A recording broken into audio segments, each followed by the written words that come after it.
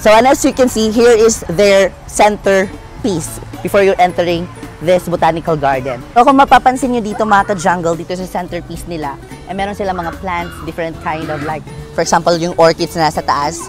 Yan, napakaganda. At yan po yung air plant na yan, kahit wala pong soil, ay nag-exist kasi air yung kanyang vitamins, kaya maganda po yan. Then, meron din po silang iba't ibang klase ng mga indoor plant dito sa loob na parang ginawa nilang cave, little cave. Ayan. Tsaka, hali kayo. May nakalagay dito na wishing well. Ayan. And then, katabi ng wishing well, ang dami nilang mga... This one is a zebrina. Ayan. Calathea zebrina. Vietnam rose. Ayan. Tapos, meron silang mga different kind of fern, mga fern plant. Ayan, di ba? Super ganda. Dito naman, sa deer nila, super ganda guys. Tingnan nyo naman. Dito sa Centennial Garden, they have also peace lily,